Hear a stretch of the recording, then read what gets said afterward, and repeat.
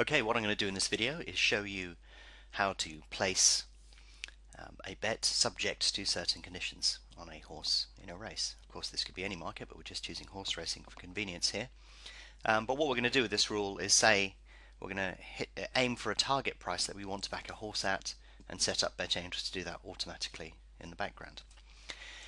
So in order to do that, one thing you'll notice is we have no market up on the main BetAngel screen, and that is because BetAngel and Guardian work independently of each other. So if you create something in Guardian, Guardian will go and do that in the background, and you can shut Guardian down and it will continue to do that in the background while you continue to work on the main BetAngel Professional interface.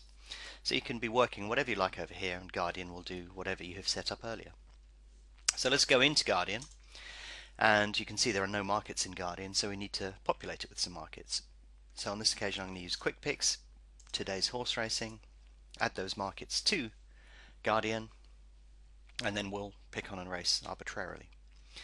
So if we pick on the 130 at Hereford, what we're going to do is, if we look at the price of Rayamore, we'll bring up a chart and see where the price has been meandering around over the course of the day.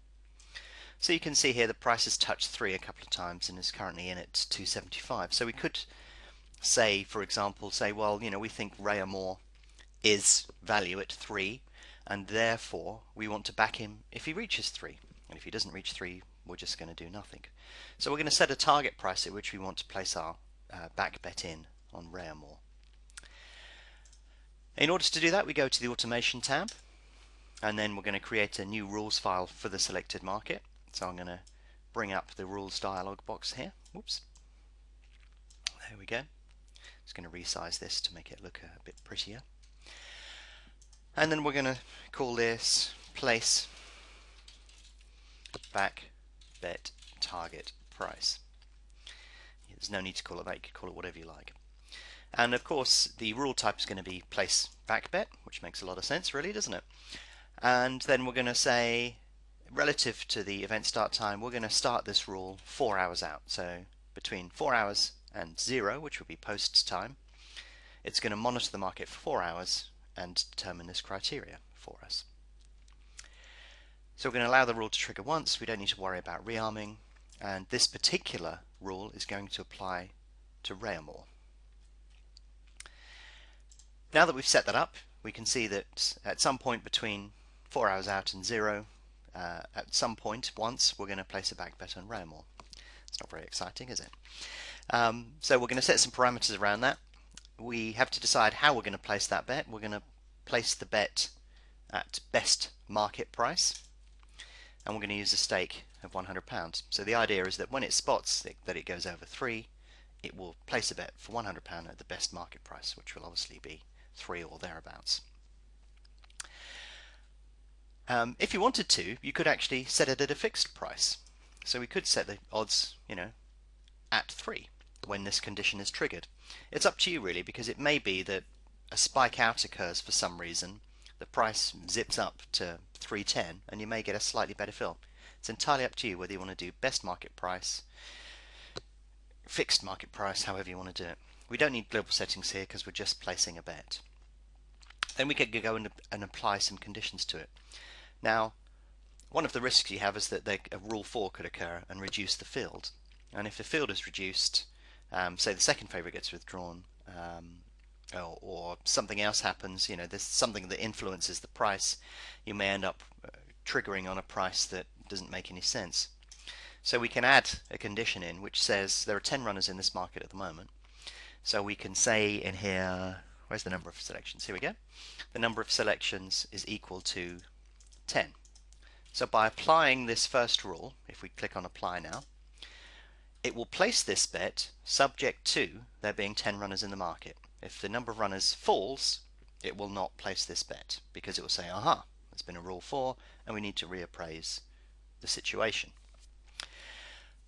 Now of course, one thing that we haven't done here is, if we go back to the parameters here, we're using the best market price.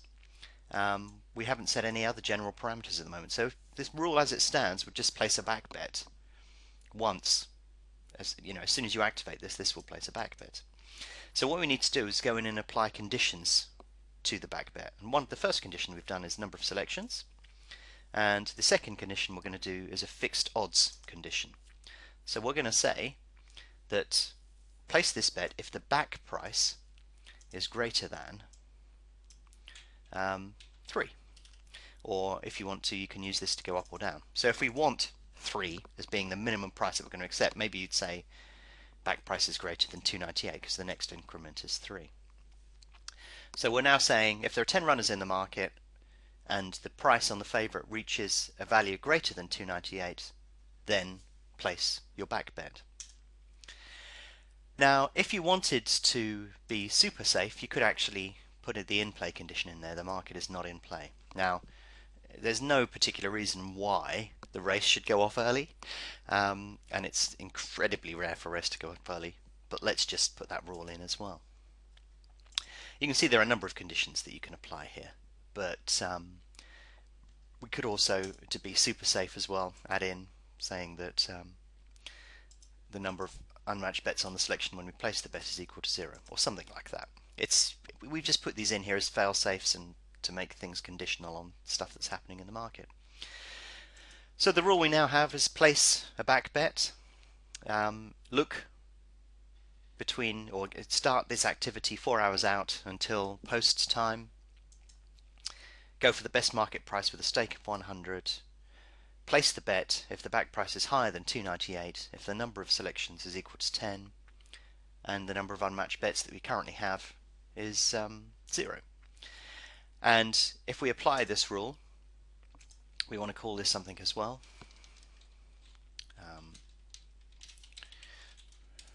We'll call this Ray or bet so that we don't get confused. And we'll close the rules editor now, and we go to the 1:30 at Hereford, and we're going to put in there Ray bet. Now that we've done this, if we go back to markets on Guardian, we've got all of the markets for today in there. We've also got some markets for tomorrow, so I'm just going to delete those. I'm going to mark those. Press delete, and you can see it says, would you like to remove these markets? Yes, I would. Thank you very much.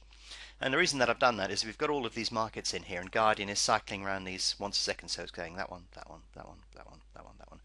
In fact, you'll see if it comes back to the top here, if I scroll down, you'll see it updating the last updated time in a second as it skips between these markets. There you go. So if we close Guardian now, Guardian will be doing that in the background. I know it seems unusual that we've got nothing running within BetAngel itself, but by having BetAngel running as an entity, Guardian is still running in the background now and doing all of that for you. So you can go off now and do whatever you want on other markets, and as long as you have Guardian set up as such, it will scan through each of these markets every second and look for the opportunity to back Ray at a price of 3 or above. And of course you can apply all these rules and individual rules to individual markets as well.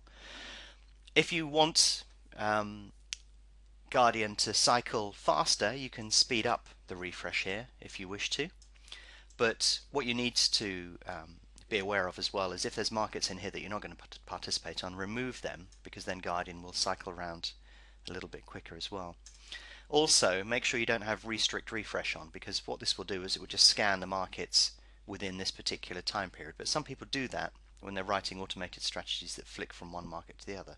So make sure restrict refresh is off. Decide how many markets you want in that list and how often it will cycle through them. And then BetAngel will now, in the background, go through each of these markets once a second.